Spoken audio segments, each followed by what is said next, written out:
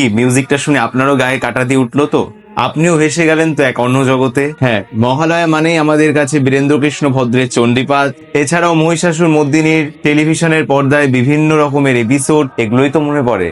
ছোটবেলায় এই মহলের আগের দিন সেই কিনা উৎসাহ, রেডিওটা ঠিকঠাক চলছে কিনা দেখে নিয়ে তাড়াতাড়ি ঘড়িতে অ্যালার্ম দিয়ে রাত নাক জেগে তাড়াতাড়ি ঘুমিয়ে পড়া, পাছে পরের দিন সকালবেলা ঘুম ভাঙতে দেরি না হয় আর মহলের এপিসোড, মহালয়ের বীরেন্দ্রকৃষ্ণ ভদ্রের চণ্ডীপাঠ মিস না হয়ে যায়। তারপর মহালয়ের ভোরে উঠে অর্ধ জাগা অবস্থায় ঘুমু ঘুমু চোখে সেই রেডিওটা চালিয়ে সেই বীরেন্দ্রকৃষ্ণ ভদ্রের চণ্ডীপাঠ, এবং একই সাথে সমগ্র পাড়া থেকে একই রেডিওর শব্দ ভেসে আসতো। ধীরে ধীরে সূর্য উঠতো, বাইরেটা ফর্সা হতো, এবং তারপরে আবার চলে যেতাম আমরা টেলিভিশনের পর্দায় ডিডি বাংলায় মহিষাসুর মর্দিনী দেখতে। এছাড়াও এখনকার যুগে জি বাংলা, স্টার জলসা, প্রচুর চ্যানেলে প্রচুর মহিষাসুর মর্দিনী আমরা দেখতে পাই। আপনাদেরও নিশ্চয়ই স্মৃতিগুলো খুব একটা আলাদা হবে না। আমাদের পুজোর শুরু মহালয়া, আর তার সঙ্গে জড়িয়ে রয়েছে মহিষাসুর মর্দিনীর আবেগ। তারও তো একটা ইতিহাস আছে। তাহলে চলুন আজকের পর্বে জেনে নিই সেই মহিষাসুর মর্দিনী এবং বাঙালির মহালয়ার ইতিহাস। তাই আজকের পর্বটা স্কিপ না করে শেষ পর্যন্ত দেখতে থাকুন।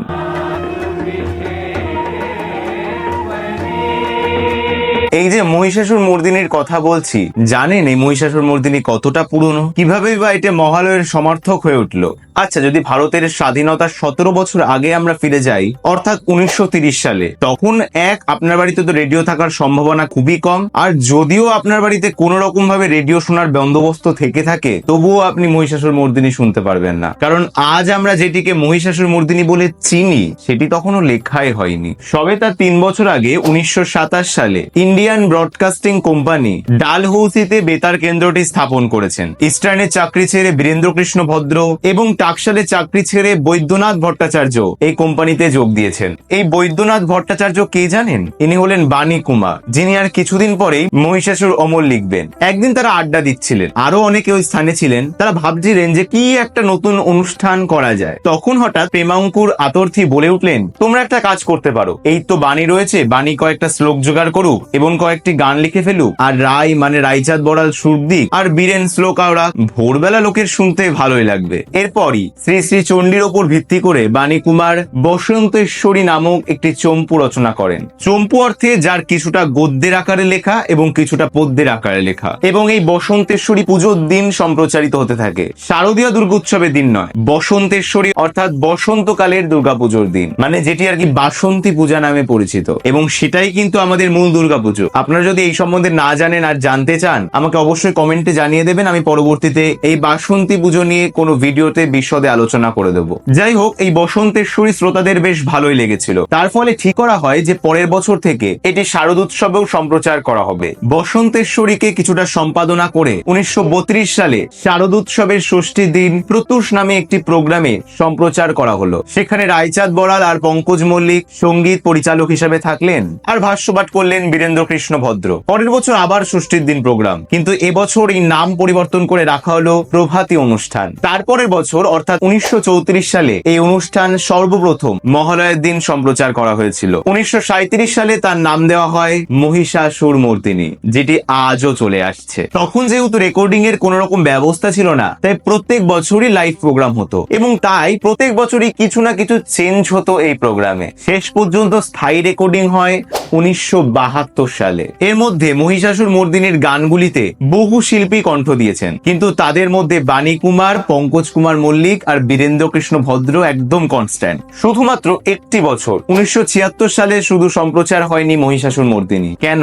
সেই গল্পটাও আপনাদের অনেকের কাছে অজানা নয়। মহিষাসুর মর্দিনীর জনপ্রিয়তায় কিন্তু কখনোই ভাটা পড়েনি, বরং 1976 সালে এটি 44 বছরে পদার্পণ করে একটা লেগাসি তৈরি করেছিল। তবে বেতার কর্তৃপক্ষের মনে হলো যে এবার একটু নতুন কিছু করা যাক, তাই ধ্যানেশ চক্রবর্তীর স্ক্রিপ্টের উপর ভিত্তি করে তৈরি করা হলো দেবী দুর্গতিহারিণী নামক একটি প্রোগ্রামের পরিকল্পনা। শ্যামল গুপ্ত নতুন গান লিখলেন, তাতে কণ্ঠ দিলেন হেমন্ত মুখোপাধ্যায়। ঠিক হলো গান গাইবেন প্রতিমা বন্দ্যোপাধ্যায়, নির্মলা মিশ্র, মনশ্রী সেনগুপ্ত, সন্ধ্যা মুখোপাধ্যায়, অনুপ ঘোষাল, মানবেন্দ্র মুখোপাধ্যায়, আশা ভোসলে, লতা মঙ্গেশকর।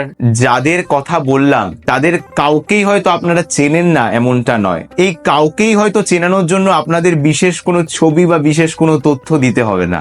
বীরেন্দ্র কৃষ্ণ ভদ্রের পরিবর্তে এবার সংস্কৃত শ্লোক পাঠ করবেন ডক্টর গোবিন্দ গোপাল মুখোপাধ্যায়, মাধবী মুখোপাধ্যায় এবং হেমন্ত মুখোপাধ্যায়। ভাষ্য পাঠে বসন্ত চৌধুরী, ছন্দ সেন ও পার্থ ঘোষ। এবং তাদের সাথে এই অনুষ্ঠানের সবচেয়ে বড় চমক মহানায়ক উত্তম কুমার। অগ্নি পরীক্ষা, হারানো সুর, সপ্তপদী, অবাক পৃথিবী, ঝিন্দের বন্দি, ভ্রান্তি বিলাস, নায়ক, চিড়িয়াখানা, নিশিপদ্ম ইত্যাদি সিনেমা করার পর তিনি তখন বাংলার মহানায়ক। তার জনপ্রিয়তার ধারে কাছে কেউ নেই। 1976 সালের 23শে সেপ্টেম্বর মহালয়ার দিন সম্প্রচারিত হলো দেবী দুর্গতি হারিণী। কেউ ভাবতে পারেনি যে এরকম দিকপাল শিল্পীদের, এমনকি মহানায়ক উত্তম কুমারকে অব্দি বাতিল করবে বাঙালি জনতা। শোনা যায় সেদিন আকাশবাণীর সামনে বিক্ষোভ দেখিয়েছিল ক্ষুব্ধ জনতা। এছাড়াও অফিস ভাঙচুরের কথাও শোনা যায়। শ্রোতাদের এহেন আপত্তিতে সেই বছরই দেবী দুর্গতি হারিণীর ইতি। আবার পরের বছর থেকেই প্রথামাফিক নিয়মেই ফিরল মহিষাসুর মর্দিনী। উত্তম কুমার যে এই অনুষ্ঠানের বিষয়ে খুব আগ্রহী ছিলেন এমনটা কিন্তু নয়। তিনি আশঙ্কা করেছিলেন যে শ্রোতারা এটি গ্রহণ করবে না, কিন্তু অসীমা মুখোপাধ্যায় এবং হেমন্ত মুখোপাধ্যায় জোড়াজুড়িতে তিনি শেষ পর্যন্ত রাজি হয়েছিলেন। বীরেন্দ্র কৃষ্ণের কিন্তু সেই অনুষ্ঠান খুব একটা ভালো লাগেনি। তিনি আহত হয়েছিলেন যে বেতার কর্তৃপক্ষ তাকে অন্ধকারে রেখে সমগ্র পরিকল্পনাটা করেছিল।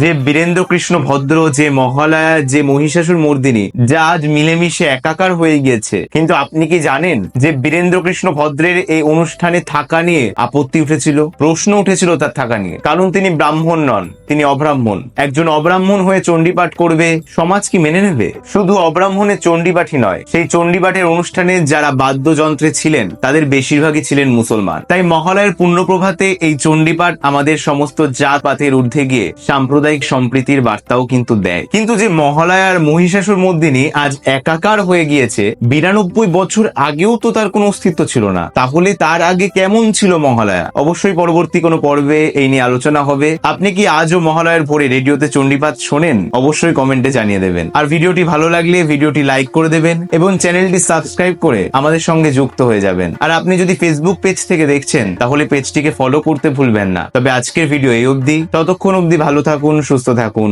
আবার দেখা হবে পরবর্তী কোনো পর্বে।